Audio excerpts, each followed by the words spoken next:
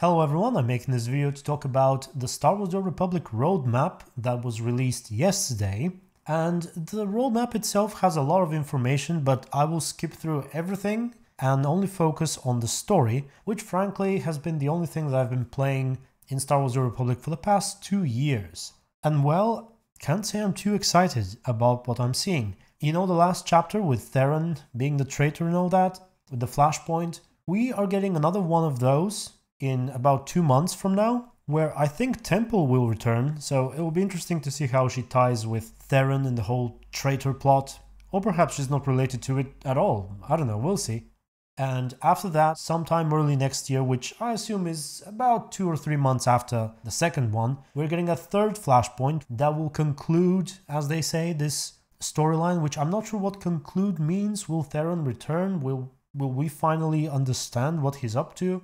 I don't know, but it will be concluded, whatever that means. But there is absolutely no information of any major story-driven expansion. And that's slightly disappointing. I mean, Knights of the Fallen Empire and Knights of the Eternal Throne are really what kept the game alive over the past years.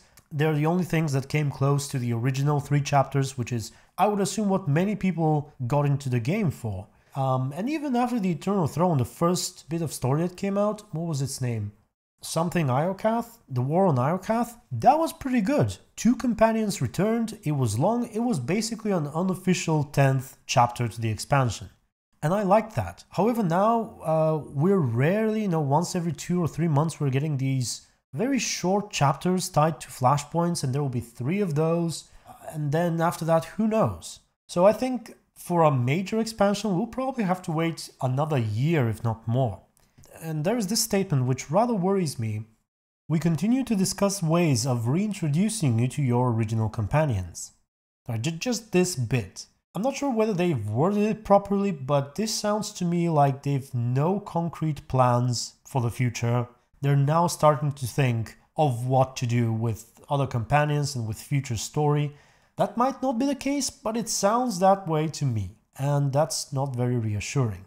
And I wonder why they're doing this. Why aren't they releasing more content akin to the Eternal Throne, for example? Which, by the way, the Eternal Throne expansion was really good. I really liked it.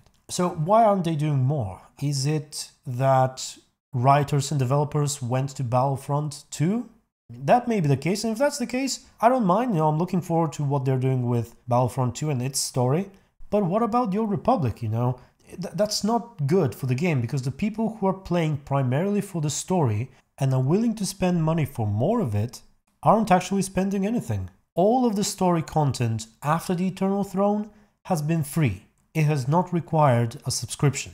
And don't get me wrong, half an hour to an hour worth of story once every 2 or 3 months is not worth $15, but it is worth something. It costs something to develop. And they're not necessarily getting much in return. I'm not sure what people are paying right now to play this game, but personally, since the end of the Eternal Throne, I've unsubscribed and I haven't had a reason to subscribe to this date.